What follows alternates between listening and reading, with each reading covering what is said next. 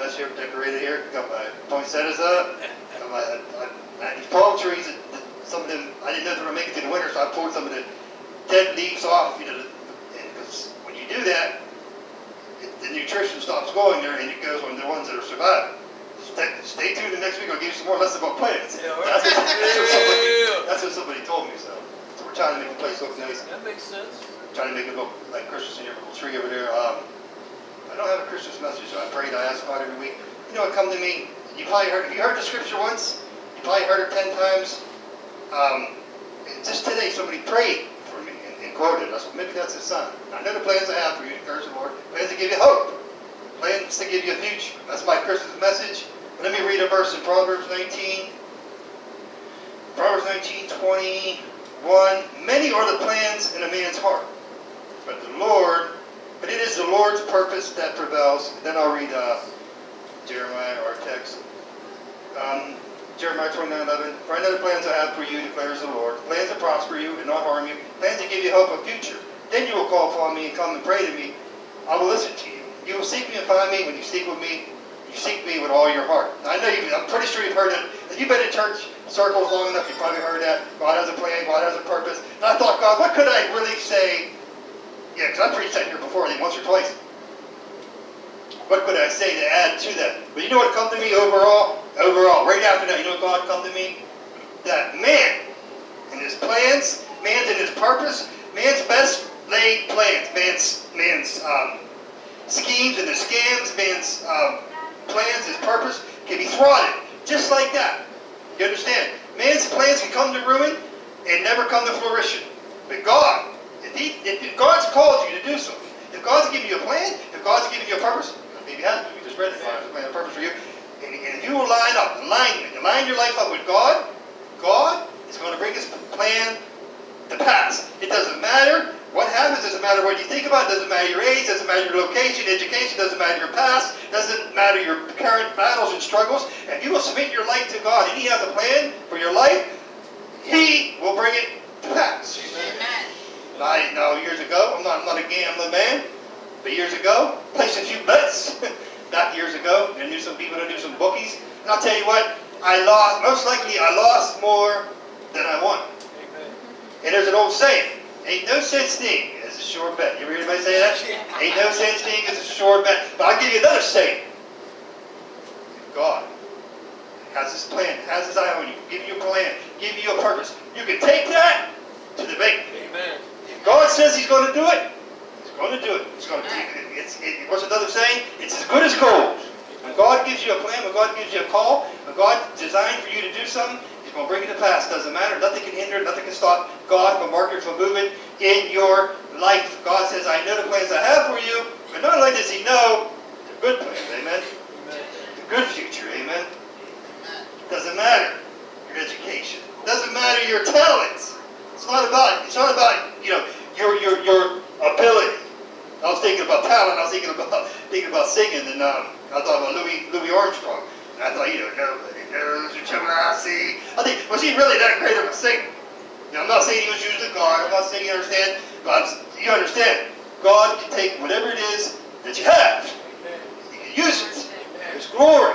Moses, what do you have in your hands? A stick in his hand. Listen. It wouldn't matter if it was a stick. It wouldn't matter if it was a David slingshot. It wouldn't matter if it was a jar of oil. It wouldn't matter if it was a couple of fish and a few loaves. It wouldn't matter. God can take whatever it is that you have, whatever it is that you can bring to the table. God will use it, amen. All He took was a stick. Amen. Deliver the people out of slavery, amen. What do you have in your hand? When God gives you a plan, God gives you a purpose. Don't worry about, how's it going to come to pass? God's going to do it. No matter what, amen. Amen. Doesn't matter. Despite your circumstances, despite your situation, you understand? Your former training. You really think the disciples had a lot of training? Not really. They're fishermen. And look how they turned the world upside down. When God sets His heart on you, God calls you to do something, He's going to do it. Amen? Nothing can hinder it. Amen? Amen. I thought about people in God's Word. I was thinking about this. I thought about, we go right to God's Word. I thought about Abraham. God called him 75 years old. God was going to bless him. Couldn't a great nation. Didn't have any children. Wait a minute. Why didn't you call him at 55?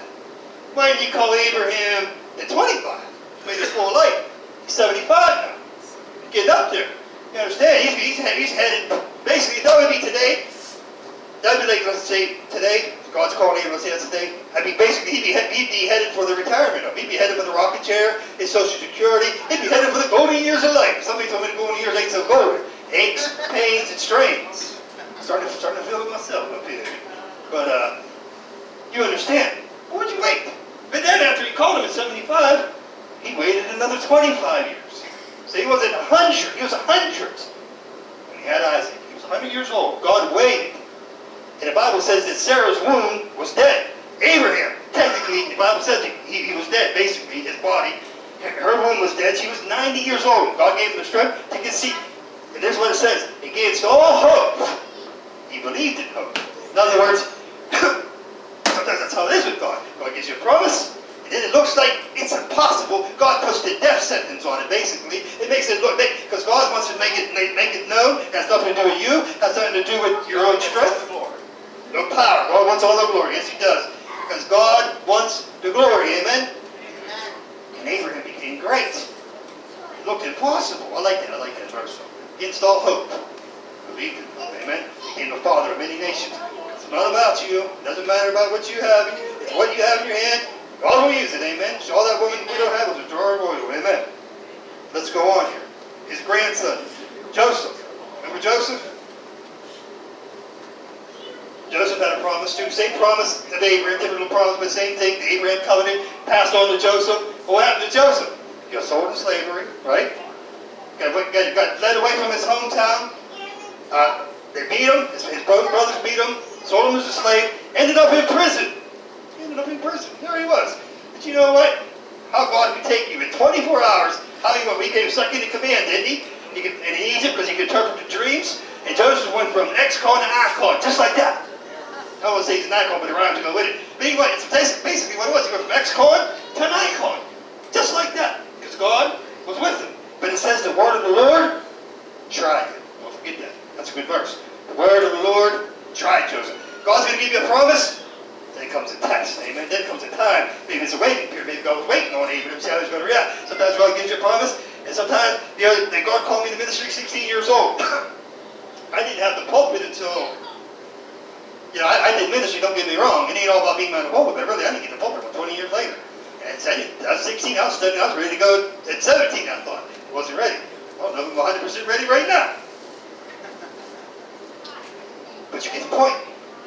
God makes it sometimes look impossible. Gives you a plan, gives you a purpose, and the devil comes and he tests it. He attacks you, fights you. And you got to keep going on. You got to press through the fears. You got to press through that. Amen. God's saying to you tonight, it doesn't matter the circumstances, it doesn't matter the situation, it doesn't matter what you see with your natural eye. He will bring it to pass. Amen. Amen. And other plans I have for you, give you hope. Good plans, give you a future. Amen.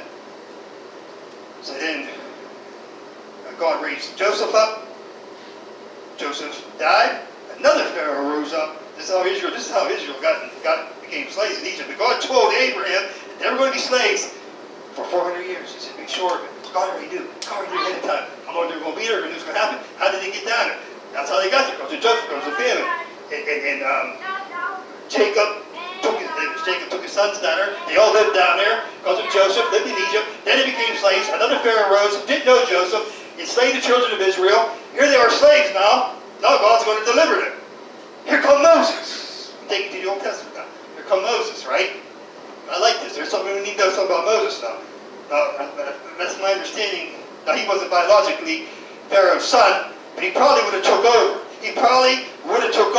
And the Bible says he rejected the treasures of Egypt. So wait a minute. So the church today maybe would have said in the 21st century, wait a minute, Moses, why don't you use your power and your position to free the slaves? Rise up into power, and then you can deliver. But like God says, it says he rejected the treasures of Egypt. That's what it says. Amen? I remember years ago, some people, I'm trying to think who it was, I don't know if I remember, probably dead now. This years ago. They said, Josh, we'll get you a church. Just let us run some things in the back. Some blackjack and some things. And really knows what they wanted to do, illegal things. We'll get you a church. I said, you're not getting a church. You're going to wait on God to do it, amen? Some things you just reject. God doesn't doesn't need the gambling money or the poker money. God didn't need the treasures of Egypt. God didn't need the gold of Egypt. God didn't need them. God used Moses and his power and his stick. Here comes an 80-year-old man in the town with his 83-year-old brother. Somebody's had a preacher saying it probably was a joke. It probably was a joke to Pharaoh. Pharaoh said, "This is probably the greatest known army of the time." Here comes Moses. Probably, you see, think of Charles the Heston. I forget how old Charles the Heston was. I know I talked about this 33 or something. And he looked all tough and built. Moses 80 years old. He made a wobble in there. Let my people go. They were probably thought it was a joke. He must be kidding. You know what? God struck down Egypt. God struck down the gods, the so-called gods of Egypt. God used Moses with a stick in his hand. One nice sermon. That, I'm telling you, tonight, if God has called you, if God has given you a plan, it doesn't matter. God can the greatest known army of the time couldn't hold back God's people, and it doesn't matter tonight. Nothing can hinder God from moving in your life. There's nothing that you have, no education, there's nothing that you heard as a child. You've been used, you've been abused, maybe you've been addicted, maybe you've been hooked, maybe you've been battling, maybe you've been struck. I'm telling you, God is able to set you free, and God is able to raise you up, and God is able to use you, amen? He can even use your past. There's nothing that God can't do. There isn't a person in here tonight. 80-year-old Moses. Why didn't you use Moses when he was 40 years old? You understand? Abraham, 75 years old. Ain't about your age. Ain't about your past. If you will submit and commit your life to God, He can use you, amen? He has a plan, He has a purpose. And when He does it, He does have a plan and a purpose for you. So tonight, don't look at your life. Don't look at your situation. Don't look at your education.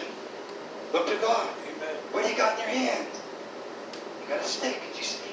Elijah said to the widow, "What do you have in your house?" She was going, and her sons are going to be sold into slavery. She said, "All I got is a jar of oil." And God used that.